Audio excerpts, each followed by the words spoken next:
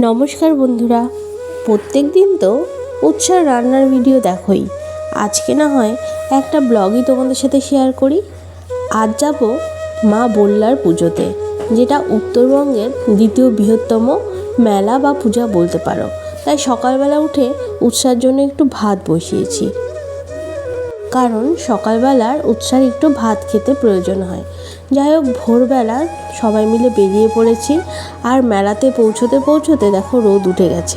বিশেষ কারণে এবার পুজো দিতে পারবো না, তা বলে কি মায়ের দর্শন করব না? তাই আমি আর আমার খুব কাছের একজন মানুষ মিলে পৌঁছে গিয়েছিলাম মেলাতে।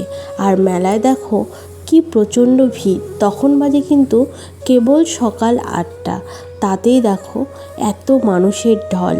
আর এই ব্লগটা তোমাদের সাথে শেয়ার করে আমারও খুব ভালো লাগছে। আর এই লাইনটা দেখতে পাচ্ছ, এই লাইনটা হচ্ছে মায়ের মন্দিরে যাওয়ার লাইন। যে লাইনটায় আমরা 8টা থেকে দাঁড়িয়েছিলাম, সেই লাইন শেষ করে আমরা যখন মন্দিরে ঢুকেছিলাম তখন বেজেছিল প্রায় 10টা, মানে 2 ঘন্টা আমরা লাইনে দাঁড়িয়েছিলাম। আর এত ভিড়ের মধ্যে মাকে পুজো দেওয়ার কিন্তু আনন্দই আলাদা। এই যে মায়ের সেই রাজরানী রূপ, মা স্বর্ণ অলঙ্কারে সজ্জিত হয়ে কিন্তু আমাদের সামনে দাঁড়িয়ে আছে। কেমন লাগছে আমাদের বল্লা মাকে। পুজো দিয়ে সোজা চলে গেছিলাম বালুরঘাট, সেখানে বনেদি বাঙালি রেস্টুরেন্টে। অ্যাটমসফিয়ারটা দেখে না একদম মনটা ভরে যায়। আর তার সাথে বাজছিল সফট একটা মিউজিক। হয়তো কারো 25 অ্যানিভার্সারি সেলিব্রেশন হবে বা হয়ে গেছে। জায়গাটা কিন্তু সুন্দরভাবে সাজানো আছে। যেহেতু পুজো দেওয়া হয়েছে, তাই আজকে আমরা ভেজই খাবো, তাই ভেজ থালি অর্ডার করেছিলাম। তোমরা চাইলে কিন্তু যেতে পারো, যারা বালুরঘাটের আশেপাশে আছো। খাবারের কোয়ালিটি বলবো অসাধারণ। আর এই ফ্রাইড রাইস আর ভাতের যে থালিটা দেখছো, এই থালিটার প্রাইস পড়বে 119, মানে 119 টাকা। আর একটা ছিল আপিস থালি, যেটাই শুধুমাত্র ফ্রাইড রাইসটা ছিল না, আর একটা তরকারি কম ছিল। যে সামনে যে থালিটা দেখতে পাচ্ছ, সেই থালিটার দাম 99। এত কমে যে এত সুন্দর খাবার পাওয়া যায় তোমাদের বলে বোঝাতে পারবো না। আর এই যে দেখো উৎসাহ থালা সাজিয়ে বসে পড়েছে, খাবে কটা জানি না। এরপরে কিন্তু আমরা চলে এসেছিলাম বোয়ালদহ জগন্নাথ মন্দিরে। এই মন্দিরটা রাস্তায় যেতেই পড়ে, মানে তপন থেকে বালুরঘাট যাওয়ার রাস্তা যেটা দালাল হয়ে যায়, সেই রাস্তার মাঝখানে এই মন্দিরটা পড়ে। মন্দিরটা দেখে না আর না গিয়ে পারলাম না।